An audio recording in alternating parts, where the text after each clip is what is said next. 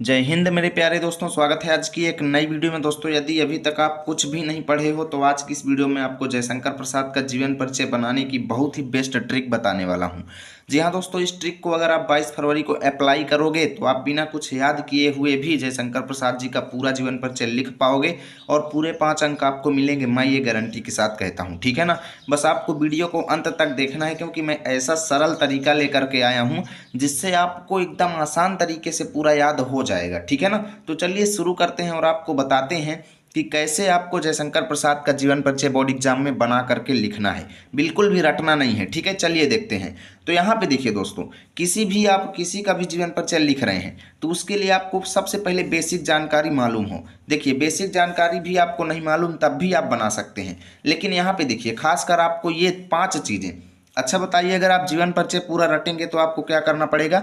एक पेज पूरा रटना पड़ेगा। यहीं पे अगर मैं आपको ये केवल 5 चीज़ें याद करने के लिए कह रहा हूँ, अगर आप ये 5 चीज़ें याद कर लेंगे ना तो आप पूरा जीवन परिचय बना लेंगे। देखिए, मैं लाइव आप सभी के सामने बना करके दिखाता हूँ, ठीक है ना। कैसे बना रहे हैं, जैसे देखो, जन्म 1889 ईस्वी में इनका हुआ, स्थान काशी में हुआ था जन्म, इनके पिता देवी प्रसाद थे, इनकी मृत्यु 1937 में हुई और ये शुक्ल युग के यानी छायावादी युग के लेखक थे, ठीक है। तो अब आपको करना क्या है, सबसे पहले लिखना है जयशंकर प्रसाद का जन्म 1889 ईस्वी में कहाँ पर हुआ? काशी में हुआ था, ठीक है। तो चलिए लिखते हैं।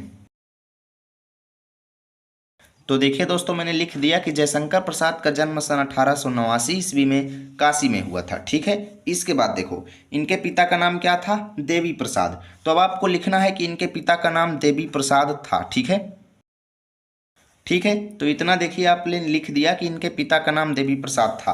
अब देखिए, मृत्यु और युग ये हमारे लास्ट में काम आएंगी, ठीक है। तो इसको हम बाहर करते हैं। अब देखिए बीच की चीज़ें हम कैसे बनाएंगे। देखिए, जब आप एग्जाम में जीवन परिचय लिखेंगे ना तो खासकर एग्जामिनर क्या देखते हैं? शुरू की 2 लाइनें देखते हैं। उसके बाद आपने क्या लिखा, कैसे लिखा, उससे उनको मतलब नहीं है।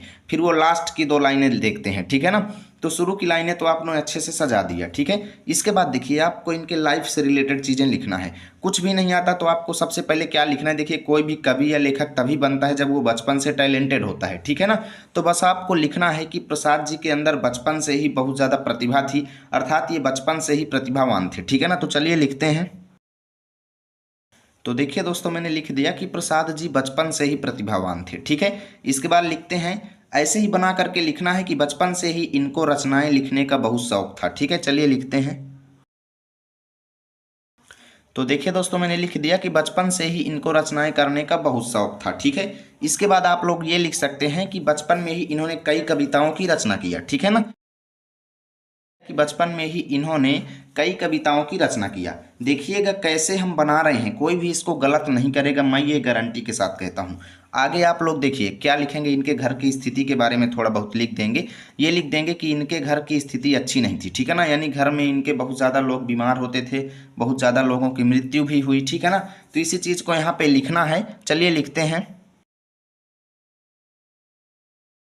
देखिए दोस्तों, मैंने लिख दिया कि इनके परिवार के बहुत से सदस्यों की असमय मृत्यु हो गई और इनके घर की आर्थिक स्थिति या स्थिति ठीक नहीं थी, ठीक है। इसके बाद कैसे आप लोग लिखेंगे? देखिए, लिखेंगे कि इन्होंने बचपन से ही, ठीक है ना।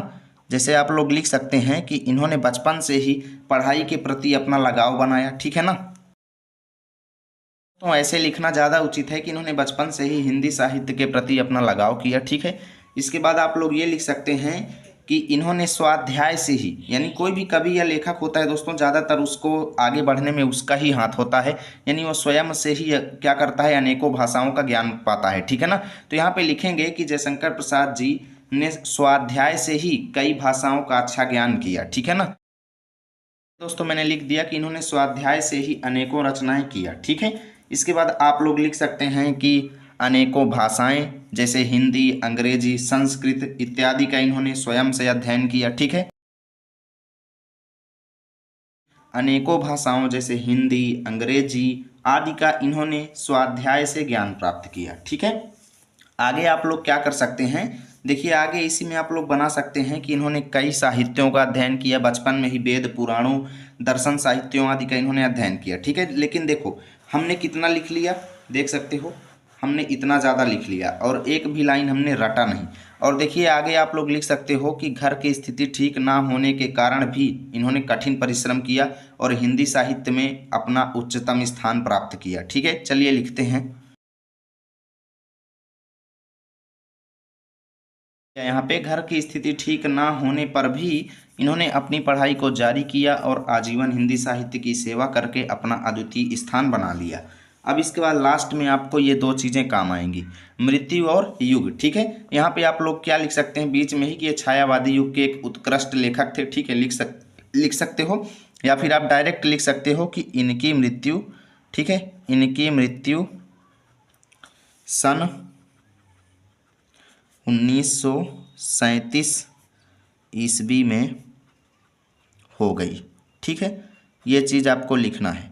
उसके बाद अब लास्ट में आपको यहाँ पे हेडिंग डालना है काले पेन से रचनाएं। ठीक है, मैं नीले से ही डाल देता हूँ, रचनाएं हेडिंग डाल देंगे। उसके बाद इनकी आपको एक दो रचनाएं याद कर लेना है। ठीक है, जैसे आपका स्कंदगुप्त हो गया, बहुत सारी रचनाएं हैं इनकी। ठीक है, स्कंदगुप्त हो गया, चंद्रगुप्त हो गया, जन्मेजय का नागयज्ञ हो गया, विशाख हो गया, राजश्री हो गया, कामना हो गया। ठीक है, तो ये सब इनकी रचनाएं हैं। एक घूंट हो गया, करुणालय हो गया। तो ये सब इनकी रचनाएं आपको एक दो, बहुत खींच के दो रचनाएं आपको याद कर लेना है, क्योंकि एक ही लिखना होता है। ठीक है, तो इस तरीके से आप इनका जीवन परिचय बना सकते हो। और बोर्ड एग्जाम की कॉपी जो होगी हल्का चौड़ी होगी, तो वहाँ पे आपको ये बॉक्स भी साइड में बना देना है ऐसे। ठीक है, ऐसे, और इधर से लिखना शुरू कर देना है। ठीक है, ऐसे ये बॉक्स आप लोग बना देंगे और ये चीज़ें वहाँ पे संक्षिप्त में लिख देंगे और ऊपर लिख देंगे संक्षिप्त परिचय। क्या लिख देंगे? संक्षिप्त परिचय।